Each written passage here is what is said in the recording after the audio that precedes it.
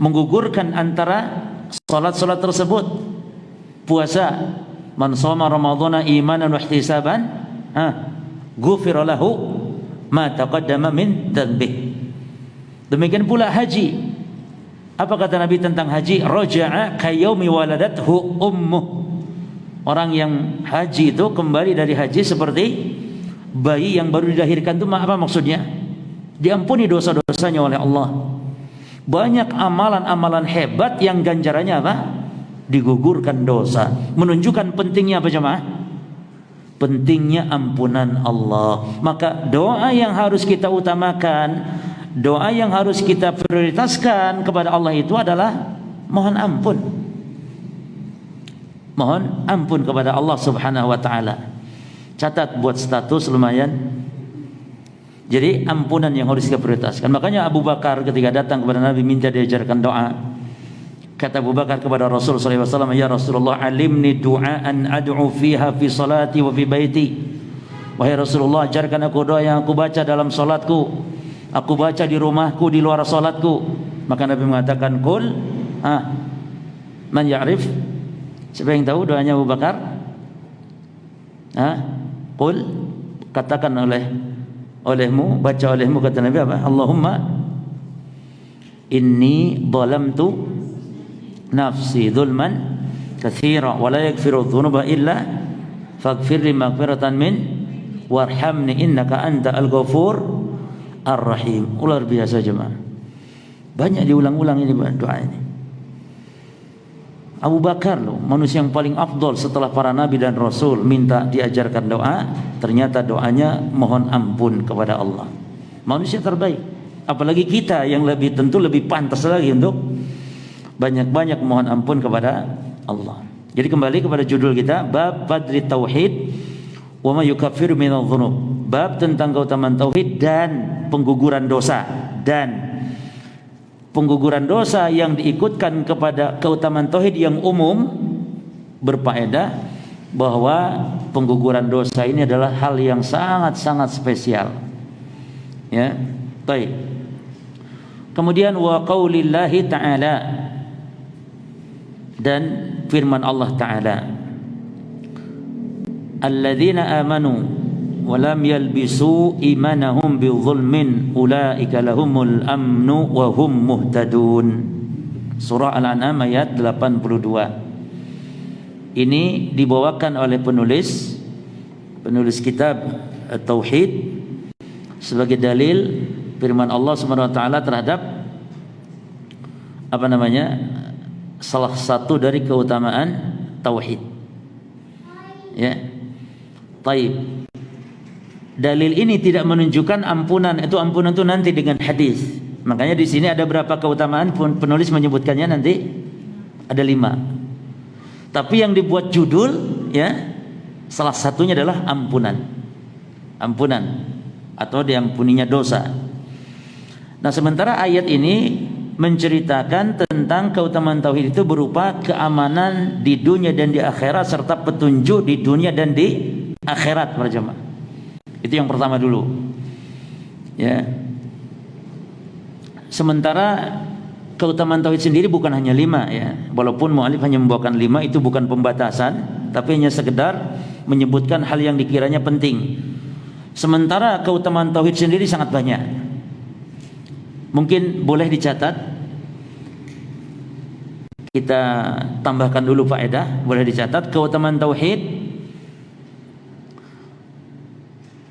yang bisa dicatat adalah yang pertama, ini ada di kitab Qaulus Sadid karya Syekh Sa'di rahimahullahu taala. Di situ dijelaskan tentang keutamaan tauhid sangat banyak sekali. Baik, kita singkat saja yang pertama.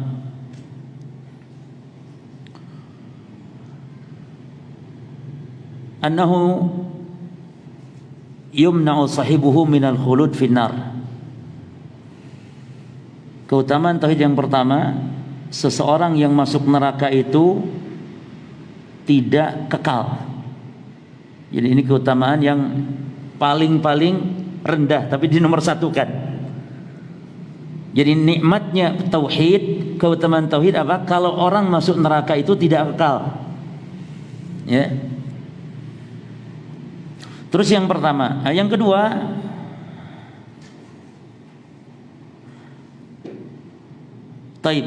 tidak kekal masuk neraka apabila tauhidnya tidak sempurna ya. Kemudian yang kedua, yumna'u sahibuhu dukhulan nar aslan idza kamula fil qalb.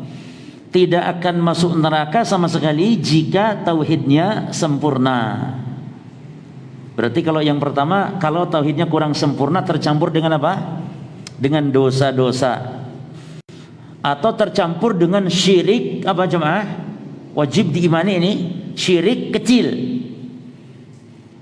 Jadi kalau tauhid tidak sempurna karena tercampur dengan syirik kecil atau dosa-dosa besar, maka kalaupun masuk neraka tidak kekal. Itu keutamaan. Yang tauhidnya sempurna, dia tidak akan masuk neraka sama sekali. Yani masuk surga langsung, baik tanpa hisab ataupun harus dihisab, akan masuk surga langsung. Karena ketika dihisab akan selamat. Hisab kan ada dua, ada hisabun asir, ada hisabun yasir. Keutamaan yang ketiga,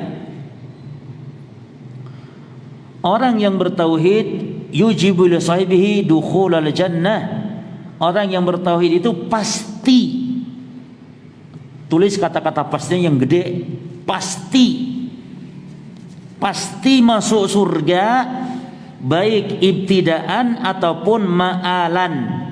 Baik ibtidaan itu masuk surga langsung ataupun masuk surganya nanti setelah masuk neraka. Ini ada kaitan dengan nomor berapa? Nomor pertama, ya kan? Nomor pertama kan kalau masuk neraka tidak kekal ketika tauhidnya tidak sempurna. Terus yang keempat, annahu yujibu syafa'atan nabi lil abdi. Orang yang bertauhid pasti, yang besar kata-kata pastinya, dari kata yujibu itu memastikan, jadi pasti mendapatkan syafaat Nabi sallallahu alaihi wasallam. Pasti itu. Karena kata Nabi sallallahu alaihi wasallam ketika Abu Hurairah bertanya, "Ya Rasulullah, man as'adun nas bi syafa'atik?"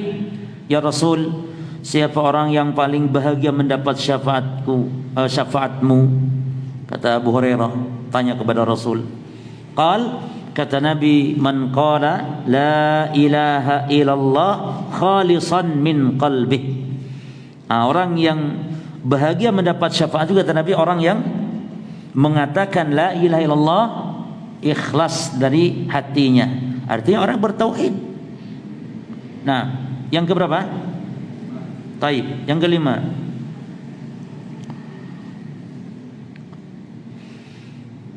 anna jami'al aqwali wal a'mali adh-dhahirah wal batinah, bahwasanya semua amalan, semua perkataan, baik yang lahir maupun yang batin,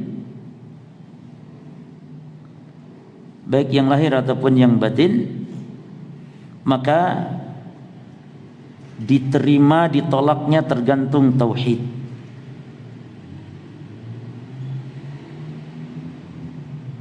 Ditolak diterima tergantung tauhid. Artinya kalau tauhidnya rusak tidak diterima. Ya. Kemudian yang berikutnya, ini yang paling penting. Yang paling penting ini, bahkan ini bisa kita sampaikan kepada para pemimpin, penguasa, para pemerintah kita, ya. Kalau ingin para pejabat itu tidak korupsi, maka tidak perlu untuk menaikkan gaji, tidak. Karena kalau manusia gaji sudah besar pun tetap, kalau korupsi tetap saya korupsi kan. Hatta zurtumul maqabir. Tapi kalau supaya orang itu tidak korupsi, pejabat-pejabat tidak korupsi, suruh ngaji tauhid. Karena keutamaan tauhid perhatikan di sini. Apa itu? Sababun qawi litarkil ma'asi wal munkarat. Jadi tauhid itu adalah penyebab yang sangat kuat sebagai seorang untuk meninggalkan maksiat. Makanya ikhwan akhwat yang sudah ngaji sunnah, kenapa mereka agak kuat dan mereka mudah meninggalkan maksiat? Ya, yang kerja di bank keluar dari bank, yang merokok berhenti merokok, yang suka dengar musik berhenti, yang dulunya enggak cingkrang menjadi cingkrang, yang akhwat walaupun panas sumuk cadaran, mudah mereka karena tauhidnya diajarkan demikian kuatnya. Itu bukti jemaah. Orang yang tauhidnya rusak, bermaksiat akan gampang, mudah bermaksiat. Maka tauhid sababun qawi litarkil ma'asi wal munkarat. Ya. Dan ini terbukti apa yang dikatakan oleh Syekh Sa'di rahimahullah taala. Kemudian keutamaan tauhid berikut, sababun litafrijil qurbati fid dunya wal akhirah. Sebab dihilangkannya, diangkatnya kesulitan-kesulitan di dunia dan di akhirat. Di akhirat. Bahkan orang kafir saja dalam surah Al-Ankabut, ketika dia betul-betul meminta hanya kepada Allah bertauhid, Allah selamatkan dari gelombang badai di lautan. Walaupun ketika di daratan mereka kembali berbuat syirik. Ya. Makanya diantara keterkaitannya bahwa tauhid adalah sebab dihilangkannya kesulitan-kesulitan dunia akhirat, diantara korelasinya adalah bahwa doa, zikir untuk menghilangkan kesulitan dengan lafaz-lafaz tauhid. Ibnu Abbas mengatakan, kana Nabi sallallahu alaihi wasallam yaqulu indal karb. Nabi sallallahu alaihi wasallam, perhatikan, kana lalu bertemu dengan fi'il mudhari', kana yaqulu, berarti bermakna istimrar, yakni terus-terusan, senantiasa. Jadi menerjemahkannya itu, kana Nabi sallallahu alaihi wasallam yaqulu indal karb, berarti terjemahnya adalah Nabi sallallahu alaihi wasallam senantiasa membaca apabila ketika kesulitan. Apa itu? La ilaha illallahul azimul halim, la ilaha illallahu rabbul arsyil azim, la ilaha illallahu rabbus samawati wa rabbul ardi wa rabbul arsy al-karim. Al-karim. Nabi Yunus juga demikian.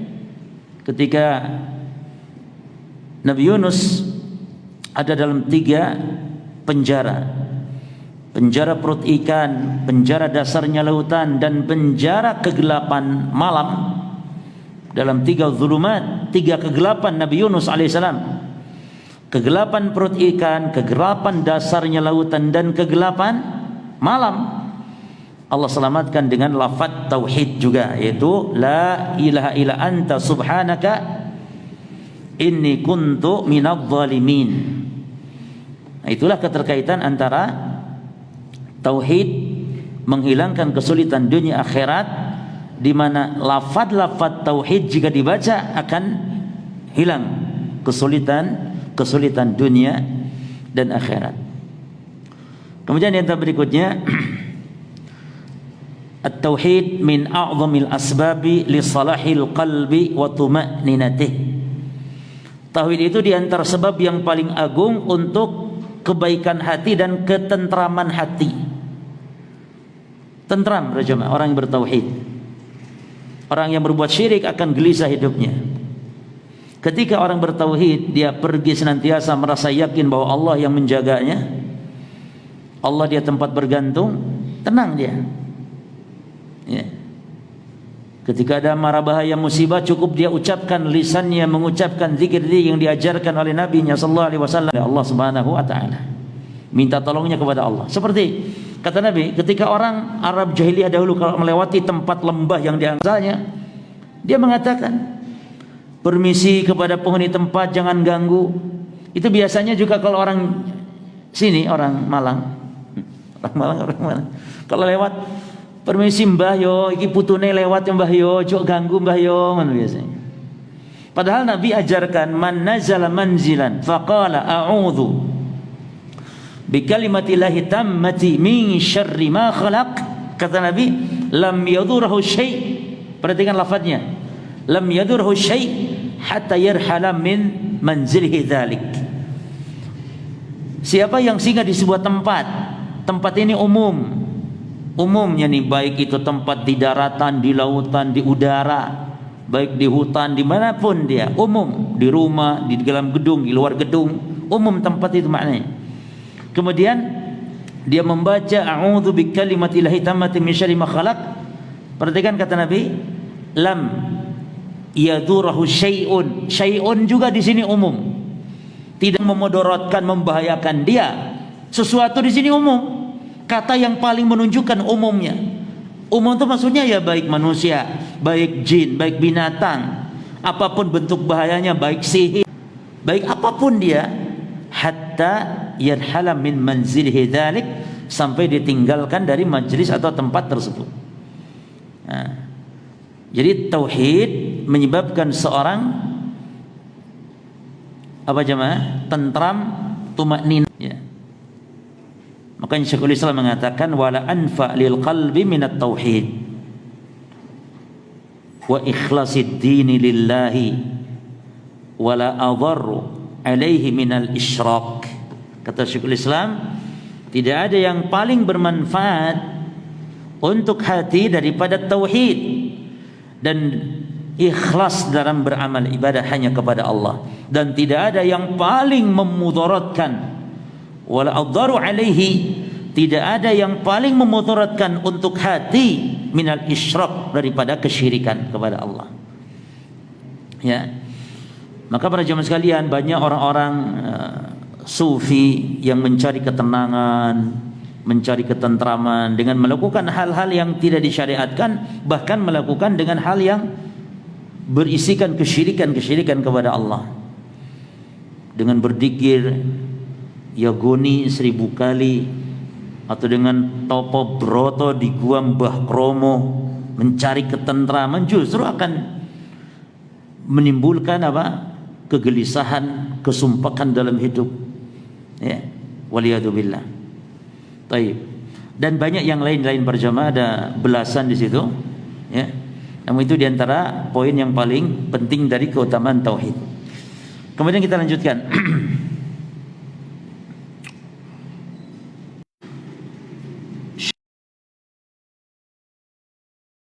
Syekh Asy-Syarih hafizallahu